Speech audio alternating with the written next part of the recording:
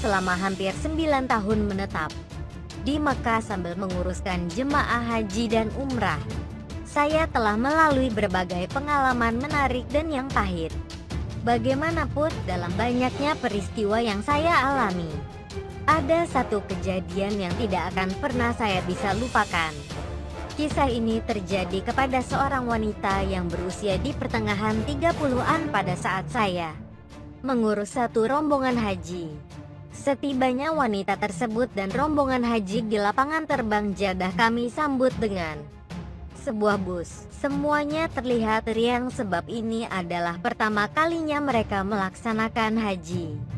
Setelah itu saya membawa mereka menaiki bus dan dari situ kami menuju ke Madinah.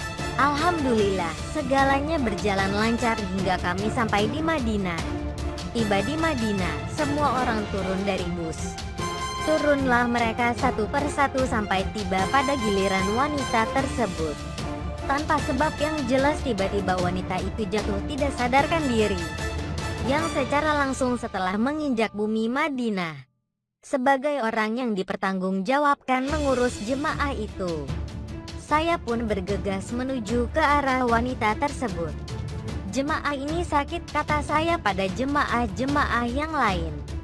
Suasana yang tadinya tenang serta-merta bertukar menjadi cemas dan semua jemaah terlihat panik atas kejadian ini. Badan dia panas dan menggigil. Jemaah ini tak sadarkan diri. "Cepat tolong saya, kita bawa dia ke rumah sakit," kata saya. Tanpa membuang waktu, kami mengangkat wanita tersebut dan membawanya ke rumah sakit Madinah yang terletak tidak jauh dari situ. Sementara itu, jemaah yang lain diantar ke tempat penginapan masing-masing. Sampai di rumah sakit Madinah, wanita itu masih belum sadarkan diri. Berbagai usaha dilakukan oleh dokter untuk memulihkannya, namun semuanya gagal. Sementara itu, tugas mengurus jemaah perlu saya teruskan. Saya terpaksa meninggalkan wanita tersebut di rumah sakit. Namun dalam kesibukan menguruskan jemaah, saya menghubungi rumah sakit Madinah untuk mengetahui perkembangan wanita tersebut. Namun, saya diberi kabar bahwa dia masih tidak sadarkan diri. Selepas 2 hari, wanita itu masih juga tidak sadarkan diri. Saya makin cemas. Maklumlah, itu adalah pengalaman pertama saya berhadapan dengan situasi seperti itu. Semua usaha untuk memulihkannya gagal. Maka wanita itu dibawa ke rumah sakit Abdul Aziz Jeddah untuk mendapatkan perawatan lanjut. Sebab rumah sakit di Jeddah lebih lengkap kemudahannya dibandingkan rumah sakit Madinah. Namun usaha untuk memulihkannya masih tidak berhasil. Jadwal haji harus diteruskan. Kami berangkat ke Mekah untuk mengerjakan ibadah haji. Selesai haji, saya langsung pergi ke Jeddah. Malangnya, sampai rumah sakit Abdul Aziz, saya diberitahu oleh dokter bahwa wanita tersebut masih koma. Bagaimanapun, kata dokter, keadaannya stabil. Melihat keadaannya itu, saya ambil keputusan untuk menunggunya di rumah sakit. Setelah 2 hari menunggu, akhirnya wanita itu membuka matanya. Dari sudut matanya yang terbuka sedikit itu, dia memandang ke arah saya dan terus memeluk saya dengan erat sambil menangis terisak-isak. Ketika itu saya sangat bingung. Saya bertanya kepada wanita tersebut, "Kenapa kamu menangis?" "Ustazah, saya taubat Ustazah. Saya menyesal. Saya tak akan berbuat lagi hal-hal yang tidak baik.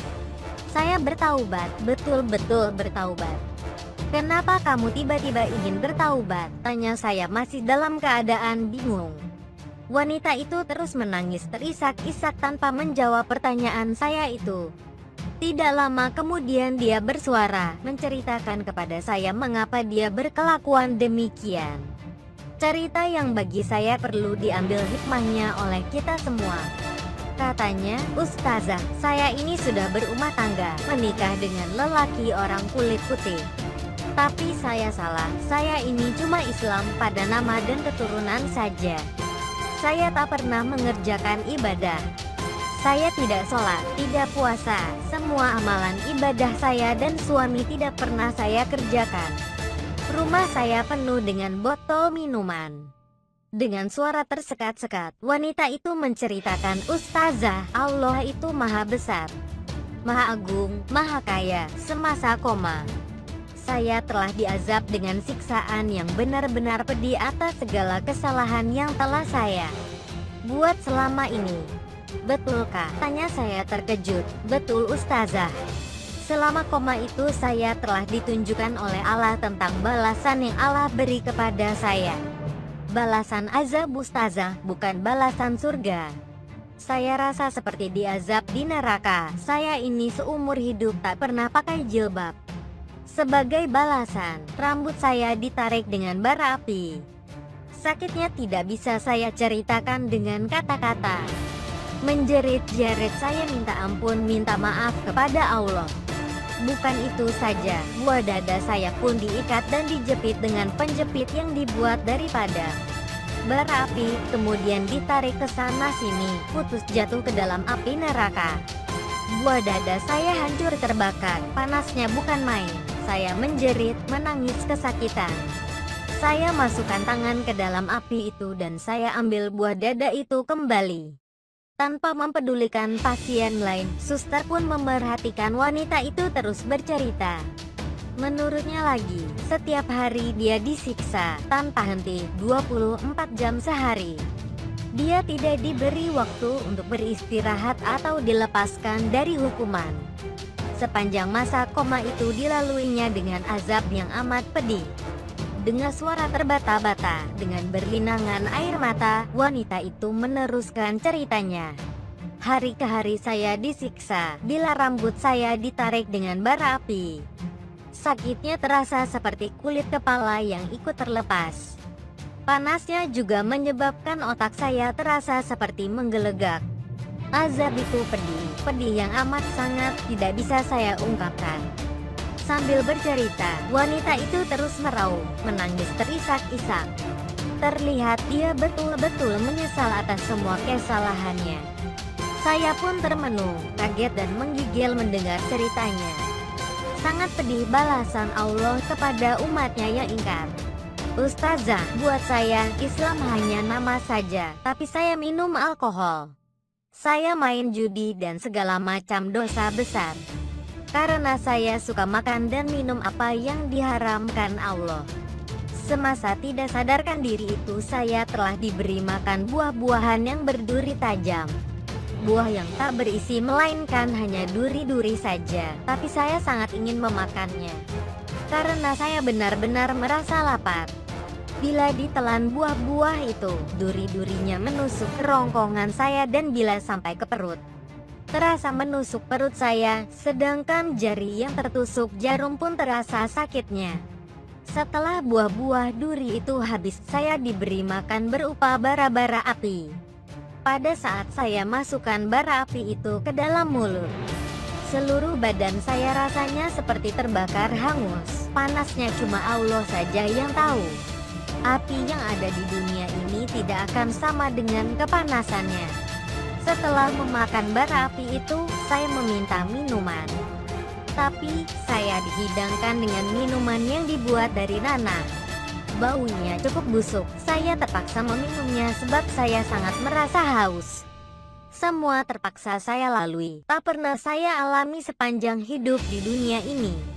Saya terus mendengar cerita wanita itu dengan tekun, sangat terasa kebesaran Allah. Semasa diazab itu, saya merayu memohon kepada Allah supaya diberikan nyawa sekali lagi. Berilah saya peluang untuk hidup sekali lagi, tak berhenti saya memohon. Saya berjanji tidak akan mengulangi kesalahan saya. Saya berjanji tidak akan ingkar atas perintah Allah dan akan jadi umat-Nya soleh. Saya berjanji kalau saya dihidupkan kembali, saya akan perbaiki segala kekurangan dan kesalahan saya dahulu. Saya akan mengaji, akan sholat, akan puasa yang selama ini saya tinggalkan. Saya termenung mendengar cerita wanita itu. Benarlah Allah itu maha agung dan maha berkuasa. Kita manusia ini tak akan terlepas dari balasannya. Kalau baik amalan kita, maka baiklah balasan yang akan kita terima. Kalau buruk amalan kita, maka azablah kita di akhirat kelak. Alhamdulillah, wanita itu telah menyaksikan sendiri kebenaran Allah. Ini bukan mimpi ustazah. Kalau mimpi, azabnya tidak akan terasa sampai sepedih ini. Saya bertaubat ustazah, saya tak akan ulangi lagi kesalahan saya. Saya bertaubat, saya taubat nasuha, katanya sambil menangis-nangis. Sejak itu wanita tersebut benar-benar berubah. Bila saya membawanya ke Mekah, dia menjadi jemaah yang paling khusyuk. Amal ibadahnya tak pernah berhenti. Contohnya, kalau wanita itu pergi ke masjid pada waktu maghrib, dia hanya akan balik ke hotelnya selepas sholat subuh. Kenapa melakukan ibadah sampai tidak ingat waktu? Kamu juga harus menjaga kesehatan. Pulanglah setelah sholat isya, makan nasi atau istirahatlah sejenak, tegur saya. Tidak apa-apa ustazah, saya membawa buah kurma, saya memakannya di saat saya merasa lapar. Menurut wanita itu, sepanjang berada di dalam Masjidil Haram, dia ingin membayar sholat yang ditinggalkannya dahulu. Selain itu dia berdoa, mohon kepada Allah supaya mengampunkan dosanya. Saya kasihan melihatkan keadaan wanita itu. Takut karena ibadah dan tekanan perasaan yang keterlaluan dia akan jatuh sakit.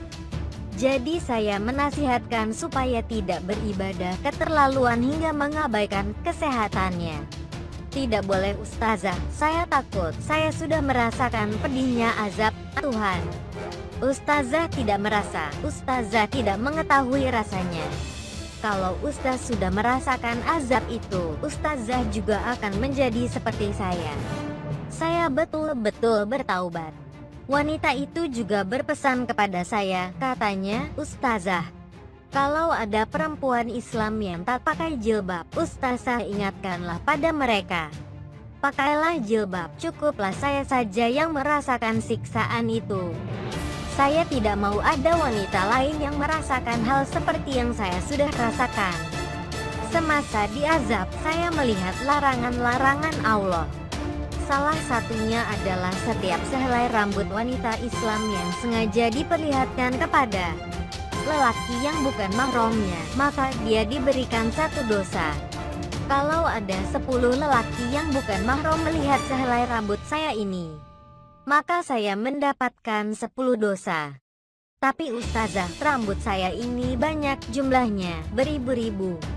Kalau seorang melihat rambut saya, itu berarti beribu-ribu dosa yang saya dapat. Saya berniat, sepulang saya dari haji ini, saya minta tolong dari ustazah supaya mau mengajarkan suami saya sholat, puasa, mengaji, dan mengerjakan semua ibadah. Saya ingin mengajak suami pergi haji. Seperti saya, suami saya itu Islam pada nama saja, tetapi itu semua adalah kesalahan saya. Saya sudah membawa dia masuk Islam, tapi saya tidak membimbing dia. Bukan itu saja, sayalah yang menjadi seperti orang yang bukan Islam. Sejak kembali dari haji itu, saya tidak mendengar cerita tentang wanita tersebut. Bagaimanapun, saya percaya dia sudah menjadi wanita yang benar-benar soleha. Adakah dia berbohong kepada saya tentang ceritanya di azab semasa koma? Tidak.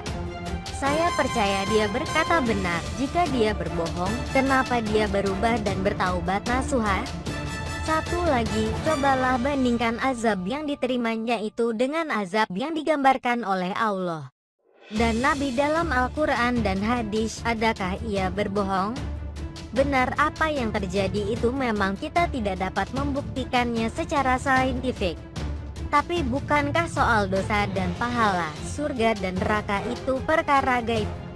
Janganlah bila kita sudah meninggal dunia, bila kita sudah diazab, barulah kita mau percaya bahwa oh, memang betul apa yang Allah dan Rasul katakan. Aku menyesal, itu sudah terlambat. Raihlah 5 peluang sebelum datang 5 rintangan, kaya sebelum miskin, senang sebelum susah, sehat sebelum sakit, muda sebelum tua, dan waktu hidup sebelum mati. Wallahualam bishawab. Semoga kisah ini membawa kita menjadi umat yang lebih mengerti bahwa dunia bukanlah tempat terakhir, masih ada akhirat. Masih ada alam lain yang sudah menanti kita sebagaimana dituliskan dalam Al-Quran. Semoga kita menjadi umat yang senantiasa beribadah kepada Allah.